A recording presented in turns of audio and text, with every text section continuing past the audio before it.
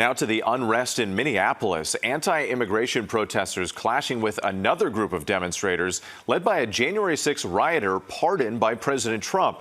This comes after two shootings, one deadly, involving immigration agents in that city. The National Guard on standby if the situation escalates. ABC's Matt Rivers on the scene in Minneapolis tonight.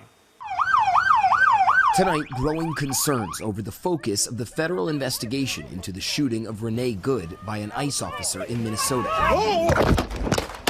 Multiple officials telling ABC News at least 6 federal prosecutors in Minnesota have resigned over concerns that the federal probe of the death of the 37-year-old mother of 3 is focused less on the actions of the shooter, ICE officer Jonathan Ross, and more on Good, her widow, and her possible ties to activist groups. What do we want? Justice! What do we want it now? Tensions now mounting in the city after 10 days of protests, with more demonstrations overnight. ICE off our streets!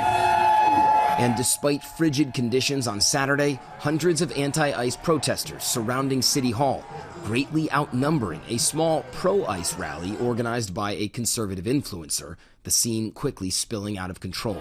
So what's happening right now is that the organizers of this rally, who are in the middle of that scrum right there, they're being forced out of the City Hall area, drowned out by hundreds of people who are anti this ICE deployment in the city. The message to these organizers: get out. The Minnesota National Guard now staged and standing by, but not yet deployed to city streets.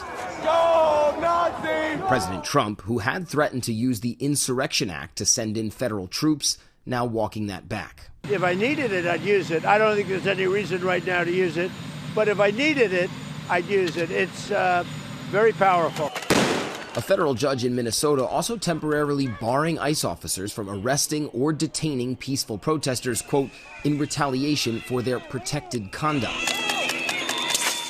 The order also prohibits federal agents from stopping drivers or other observers of law enforcement activities without a reasonable suspicion of obstruction. Federal officials have said they only deploy those methods when protests aren't peaceful, but the scrutiny spreading to Minnesota politicians too. Multiple officials telling ABC News that Minneapolis Mayor Jacob Frey and Minnesota Governor Tim Walz are now also under federal investigation for allegedly obstructing law enforcement activities in the state. Frey responding on social media, calling it an obvious attempt to intimidate me for standing up for Minneapolis against the chaos and danger this administration has brought to our streets. Walz slamming the administration and calling the federal investigation of Good's shooting into question, saying weaponizing the justice system and threatening political opponents is a dangerous authoritarian tactic. The only person not being investigated for the shooting of Renee Good is the federal agent who shot her.